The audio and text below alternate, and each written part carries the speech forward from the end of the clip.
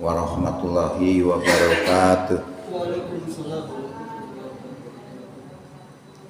Alhamdulillah alladzi arsala rasulahu bil huda wa dinil haq liyudhhirahu 'ala dini kullih walau karihal musyrikun. Asyhadu an la ilaha illallah wahdahu la syarikalah wa asyhadu anna Muhammadan abduhu wa rasuluh la nabiyya ba'dah. Allahumma sholli wa sallim wa barik ala Muhammad wa ala alihi wa sahbihi wa sallim ajma'in, amma ba'du. Bapak Ibu jamaah Masjid Al-Amanah rahimakumullah.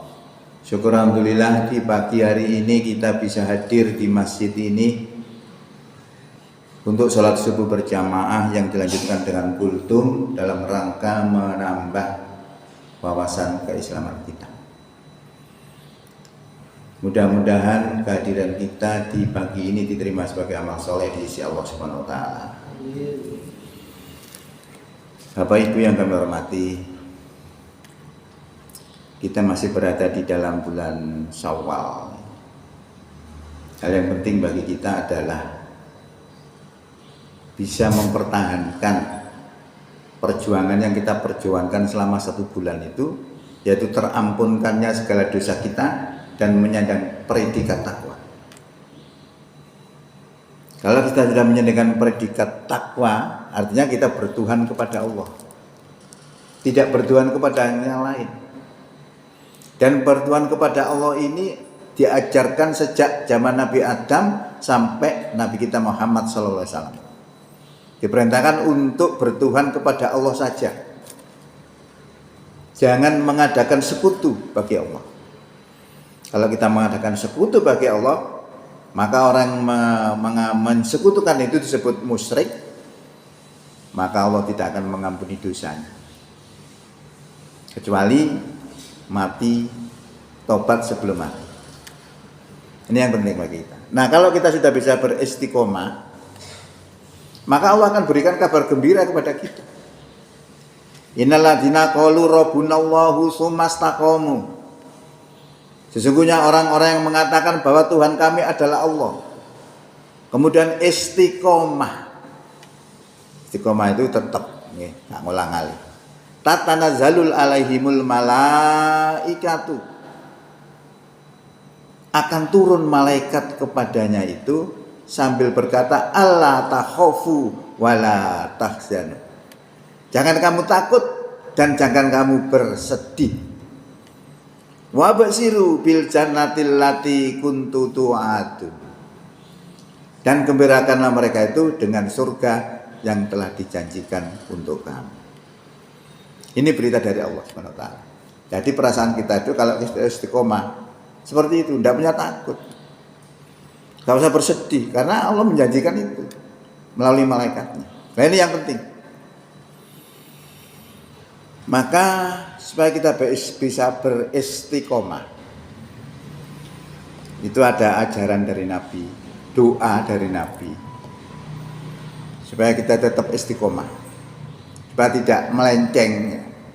Sebab orang itu begini, orang itu biasanya asalnya elek jadi api ya banyak, asalnya api dadi elek ya banyak. Itu bisa saja. Maka Rasulullah ajarkan kepada kita, Allahumma sabbit qalbi ala dinik. Ya Allah, tetapkanlah hati kami ini atas agamamu.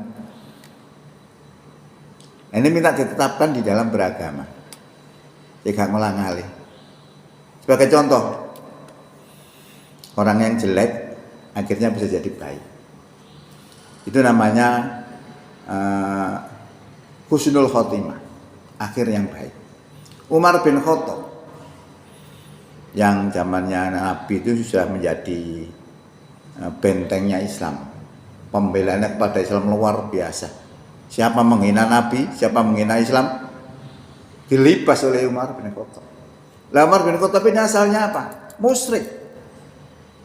Karena dia penyembah patung, penyembah Lata, Uzza dan Manata. yang dijadikan sebagai Tuhan. Tapi setelah Rasulullah itu membawa Islam kepadanya, bahkan Islamnya Umar bin Khattab juga lucu, bukan lucu gitu. Mendengar adiknya itu membaca Quran, bahwa Quran itu diturunkan tidak untuk menyulitkan orang, tapi intinya adalah untuk kebaikan manusia itu sendiri. Nah ini didengar oleh Umar bin Khattab, akhirnya dia masuk Islam. Islam akhirnya jadi bentengnya Islam. Bahkan Nabi memberikan julukan singa padang pasir. Atau seandainya ada Nabi sesudahku, maka Umar inilah orangnya. Jadi Umar ini orangnya cerdas. Ya, akhirnya di akhir hidupnya dia berada di dalam keimanan. Loh itu bisa saja. Orang jelek bisa jadi orang baik, itu banyak. Nah sekarang dibalik. Orang yang baik menjadi jelek. Apakah ada suatu? Banyak juga, ya, banyak. Contoh misalnya sekarang zaman sekarang ini Saifuddin Ibrahim misalnya. Saifuddin Ibrahim itu asalnya orang Muslim, orang termasuk mubaligh. Naudzubillah. Akhirnya dia masuk Nasrani. Ya, ngelok Islam gak karu-karuan. Itu akhirnya apa? Dari Islam ke non-Islam, murtad.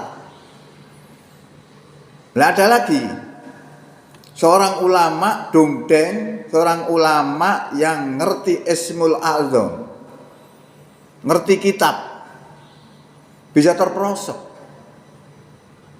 Saking nemennya Allah memberi cap kepada mereka itu, kepada dia itu seperti anjing.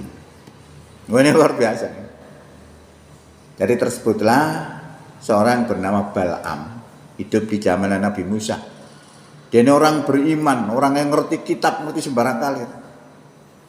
Tapi dia akhirnya apa? Terpedaya. Oleh apa? Oleh dunia.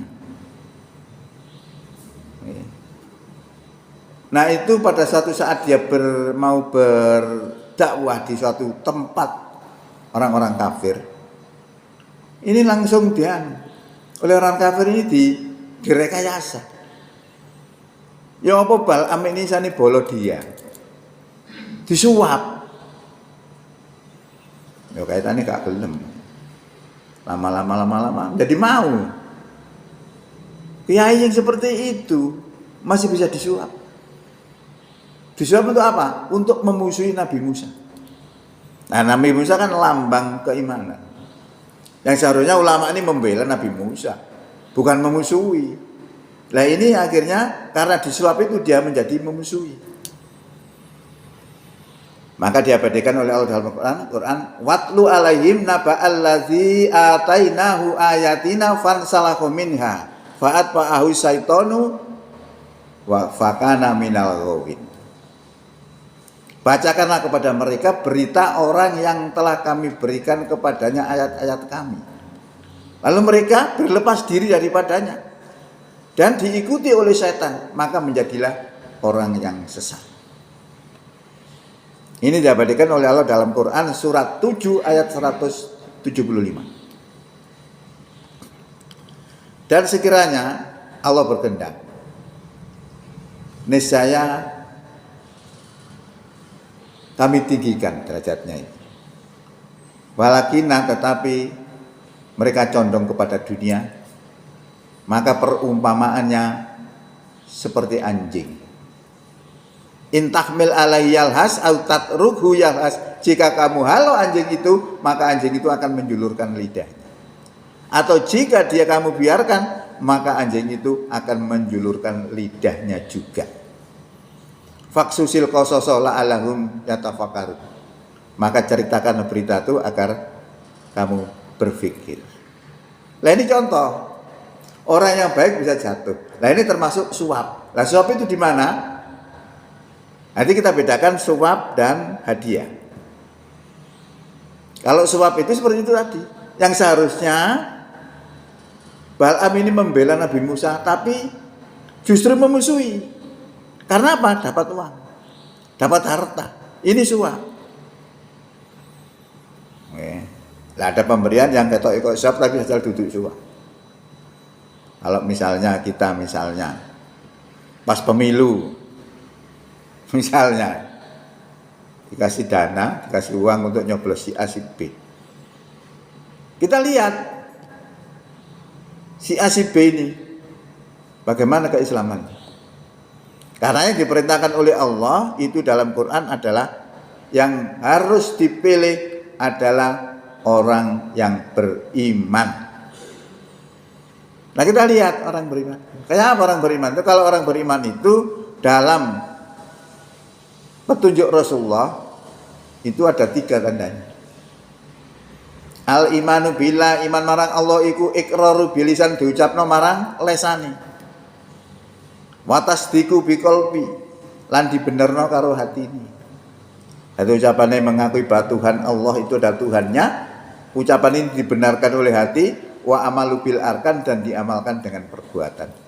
Artinya dia mau melaksanakan syariat Islam. Kalau kita mengaku KTP-nya Islam, mengaku beriman, sholat aja enggak masuk kriteria iman. Lah kalau sudah masuk kriteria iman, terus kita disangauni, itu bukan suap, itu hadiah. Kecuali kalau dia kafir kemudian kita dikasih, kita suruh milih itu suap. Jadi tipis bedanya. Tadi kalau memang seharusnya dia harus dipilih dikasih atau tidak dikasih, maka wajib. Maka ketika dikasih itu harus dianggap tempat becak. Nah ini ada bedanya. Maka di dalam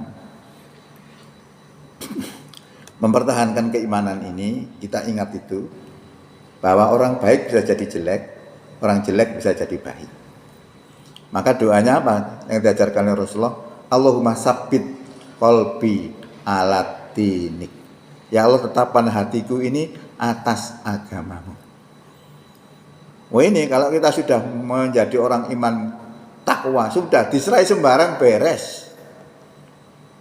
Termasuk perkara korupsi. Itu ya perkara iman sebenarnya. Kalau beberapa tahun yang lalu itu ada pemikiran orang-orang korupsi ini paling kurang bayarane. Terus juga bayaran sing akeh. Apa yang terjadi? Terjadi korupsi besar-besaran tambah. Korupsi ini tambah gede. Loh, memang ternyata bukan masalah kurang bayaran, tapi masalah iman. Coba kita lihat bagaimana orang pemuda pengembala kambing dites oleh Umar bin Khattab supaya menjual kambing kepadanya 1 saja. Wahai pemuda, jualah kambing itu 1 ekor saja kepada saya. Apa jawab pemuda itu? Ini bukan milik saya Tuan, ini milik majikan saya. Wis ngomong majikanmu, nek wedhus sing mbok dol nanggane aku iku dipangan serigala, dipangan macan. Woi masuk. Jangankan 1, dijogok 10 karo ngewonan. Artinya apa? Dia punya kesempatan untuk korupsi, untuk menipu saudara jeragannya. Tapi apa udah itu?